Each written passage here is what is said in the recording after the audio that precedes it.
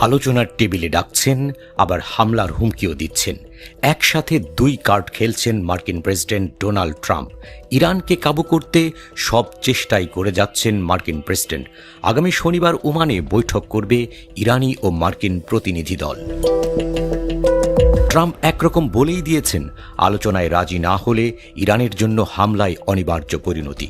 এই হামলা কেউ ঠেকাতে পারবে না। আবার সেই সাথে ট্রাম্পই বলেছেন, যুদ্ধের চেয়ে সমঝোতা আর চুক্তিই ভালো। এর মাঝেই আবার ইরানের উপর নিষেধাজ্ঞার খড়গ চাপাচ্ছেন ট্রাম্প। অন্যদিকে ইরান বলছে, হুমকি দিয়ে তাদের কাবু করা যাবে না। তারা সব রকম পরিস্থিতি মোকাবেলায় তৈরি। ইটের জবাব তারা দেবে পাথরে। প্রয়োজনে শত্রুদের মুখে ছুড়ে মারবে আস্ত পাহাড়। ইরান কেবল ইসরায়েল ও আমেরিকাকেই সতর্ক করেনি, তারা আরব দেশগুলোকেও সতর্ক করেছে।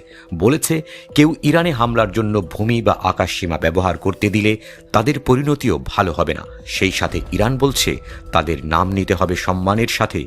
আলোচনা হবে সমতা ও ন্যায়ের ভিত্তিতে। এইসব ঘটনার মাঝেই আরেক খবর দিলেন ট্রাম্প।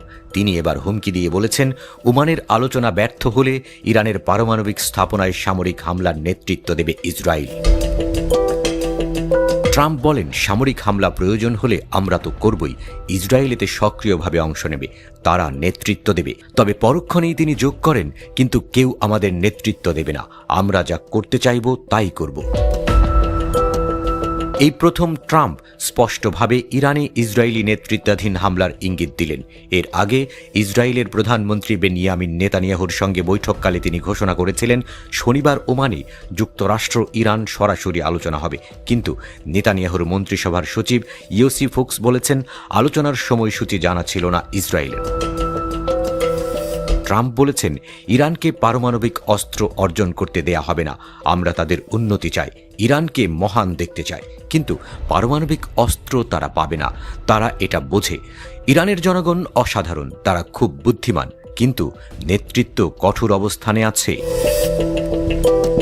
ওমানের আলোচনাকে তিনি প্রক্রিয়ার সূচনা বলে উল্লেখ করেন ট্রাম্প। যুক্তরাষ্ট্রের প্রতিনিধি হিসেবে স্টিভ উইটকফ ও ইরানের পররাষ্ট্রমন্ত্রী আব্বাস আরাকচি আলোচনায় বসবেন বলে জানা গেছে।